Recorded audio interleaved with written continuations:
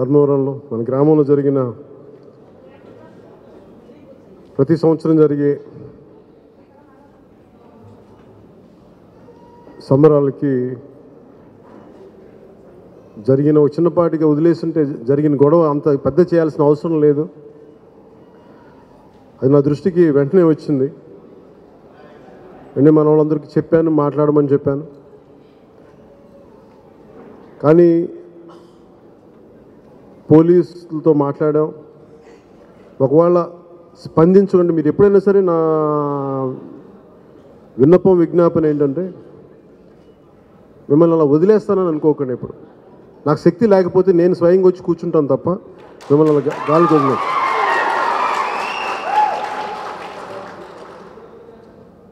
నేను కూడా చిన్న స్థాయి నుంచి దుర్గి మండలంలో మా చిన్నాన్ని పనిచేసేవాళ్ళు అక్కడ గవర్నమెంట్ హాస్పిటల్లో. నేను 1-2 సందర్భాల్లో దుర్గికి వచ్చాను, దుర్గి మండలానికి.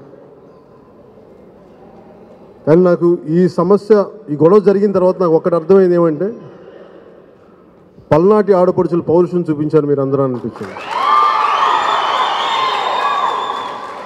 అంటే పల్నాడు ఇప్పుడు అన్యాయాన్ని భరించదు, అధర్మానికి తల వంచదు. మరి మీలాంటి వాళ్ళకి మేము అండగా ఉండకపోతే ఇంకెవరికి అండగా ఉంటాం? అలాగే ఈ రోజున ఇంకా కేసులు పర్మనెంట్గా తీయలేదు. ముందు కోర్టుకి చాలా బలమైన మనం లాయర్స్ అందరూ బలంగా వాదించి మన లీగల్ టీం ఇబ్బంది పడినప్పటికీ మిమ్మల్ని బయటికి తీసుకురాగలిగారు. అలాగే కేసులు ఎత్తేసే వరకు నేను మీకు ప్రత్యేకించి నేను మీకు అండగా ఉంటాను. దయచేసి దాంట్లో మీరు ఇంత ప్రేమగా మీరు మనస్ఫూర్తిగా మీ అభిమానాన్ని వెలిబుచ్చినందుకు దానికి పర్యావసానం కేసులు ఇవన్నీ చాలా ఇబ్బందిగా ఉన్నాయి. మనం ఎవరికి వ్యతిరేకం కాదు. పర్లేదమ్మా, కూర్చోమ్మా, పర్లే. మనం ఎవరికి వ్యతిరేకం కాదు, మన ఉనికిని మనం చాటుకుంటున్నాం అంతే. కానీ దానికి మిగతా పార్టీలకు ఇబ్బంది అయితే వైసీకి ఇబ్బంది అయితే వాళ్ళ సమస్య. వాళ్ళు అనుకున్నవన్నీ చేయగలిగినప్పుడు వాళ్ళకి వరకే మేము చేస్తే రైట్, మీరు చేస్తే రైట్ కాదు అనుకుంటే దానికి ఖచ్చితంగా కోపాలు ఉంటాయి. పోలీస్ వ్యవస్థ కూడా సమానంగా అందరికీ చట్టం వర్తింపజేయాలి. వాళ్ళు చేస్తున్నప్పుడు వదిలేసి మనం చేస్తున్నప్పుడు పట్టుకొని ఇవన్నీ ఇబ్బందికరమైన పరిస్థితులు ఉంటాయి. నేను ఎప్పుడూ గొడవలు ఉంటే రెచ్చగొట్టడానికి ప్రయత్నం చేయను. సాధ్యమైనంత మేరకు సమన్వయంతో సహనంతో ముందుకెళ్ళాలని ప్రయత్నం చేస్తాను. తప్పదు అనుకున్నప్పుడు ఖచ్చితంగా మనం రోడ్ల మీదకి వచ్చి గొడవ పెట్టుకుంటాం. కానీ అక్కడ దాకా ఒక పార్టీని నడిపే వ్యక్తిగా, ఒక పార్టీ ప్రెసిడెంట్గా నాకు చాలా బాధ్యత ఉంటుంది సమాజం మీద. ఎలా పడితే అలా మాట్లాడలేను, ఎలా పడితే అలా చేయలేను. వాళ్ళకి బాధ్యత ఉందో లేదో వాళ్ళు నిర్ణయించుకోవాలి. లేదు కాబట్టి ఇలాంటి సమస్యలు ఈరోజు రాష్ట్రం కూడా అదే పద్ధతిలో అదే పరిస్థితిలో ఉంది.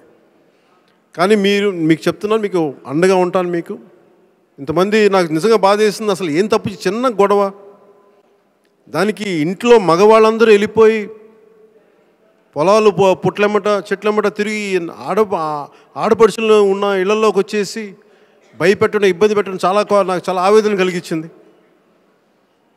నేను చాలా బలంగా చెప్పాను, నేను ఒకటే చెప్పాను, నేను వెళ్ళి కూర్చొని పోనీ అన్నాను. నాకు నిజంగా లీగల్ టీం ఎంతవరకు వాళ్ళకి ఇబ్బందులు ఉన్నాయో నాకు తెలియదు. కానీ నేను వెళ్ళి మీకు భరోసా వచ్చే వరకు, ఇంట్లో ఎవరు లేరు, మగవాళ్ళందరూ వెళ్ళిపోయారు ఊళ్ళో వదిలి అంటే నేను వచ్చి కూర్చుందాం అనుకున్నాను మా ఆడపడుచులకి అండగా.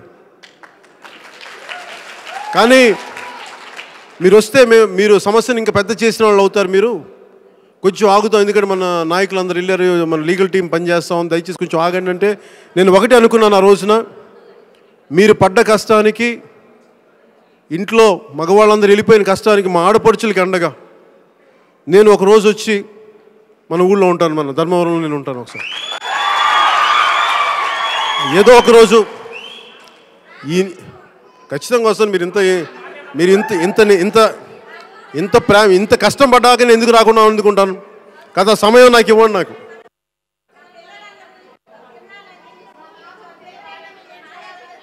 తిరణాలా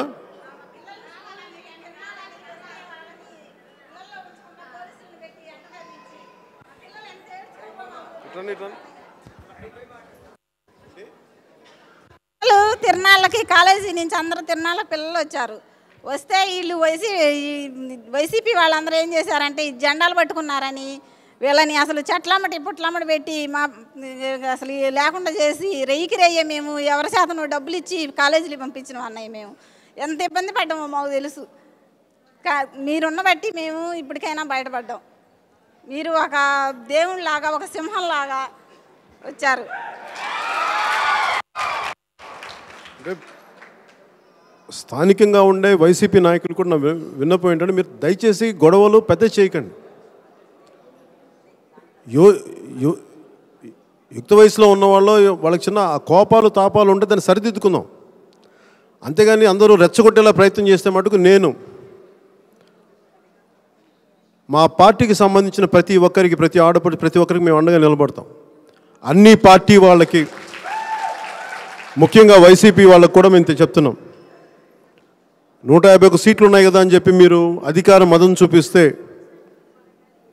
నేను ఎలాంటి వ్యక్తిని అంటే నేను కూర్చోబెట్టి బయటకు వచ్చి రోడ్డు మీద వచ్చి గొడవ పెట్టుకోగలను. దయచేసి మర్చిపోకండి.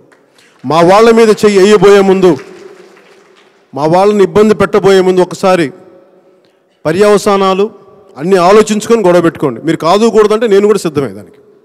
కానీ ఒక బాధ్యత గల వ్యక్తిగా సమాజ శ్రేయస్సు కోరుకున్న వాడిగా మేము గొడవలు పెట్టుకోవడానికి సిద్ధం కాం. సాధ్యమైనంత మేరకు సామరస్యపూర్వకంగా వెళ్దాం. అందుకని మీకు భవిష్యత్తులో కూడా ఎలాంటి సమస్యలున్నా మీకు అండగా ఉంటాను ప్రతి ఒక్కరికి తెలియజేసుకుంటూ. మీ పేరేందమ్మా? రాజమ్మ. పల్నాడుకు చెందిన కొండవీటి రాజమ్మ.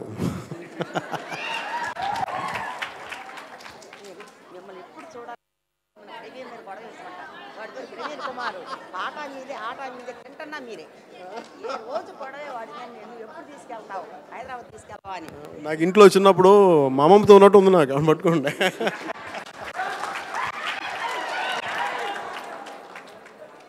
మా అమ్మమ్మ మా మేనత్త ఇలా పట్టుకునేవాళ్ళు. నాకు అందుకు చాలా ప్రేమ.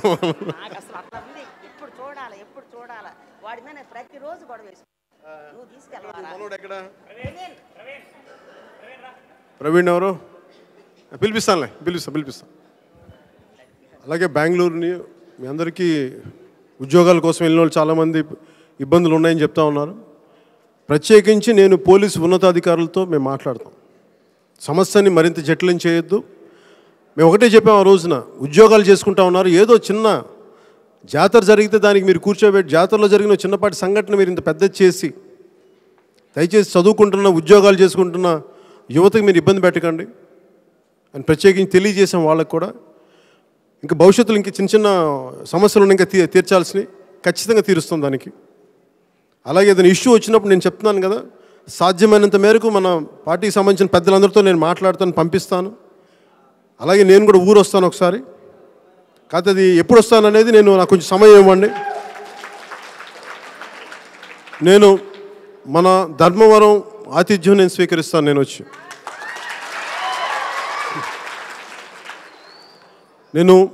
మీరింత బలంగా రోడ్డు మీదకి వచ్చినప్పుడు నేను మీకోసం అంత బలంగా రోడ్డు మీదకి వస్తాను. నేను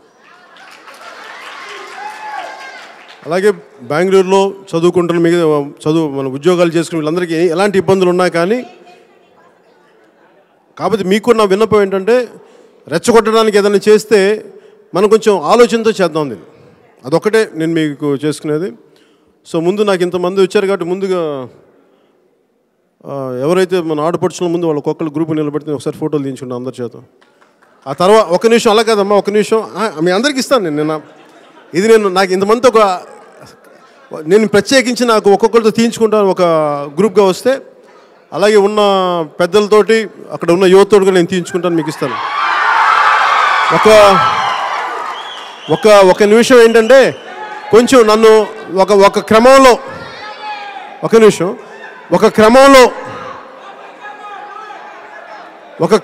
ఫోటోలు తీయించుకునే వరకు కొంచెం సహకరించవలసి, కొంచెం మీరు కొంచెం కోఆర్డినేట్ చేయండి.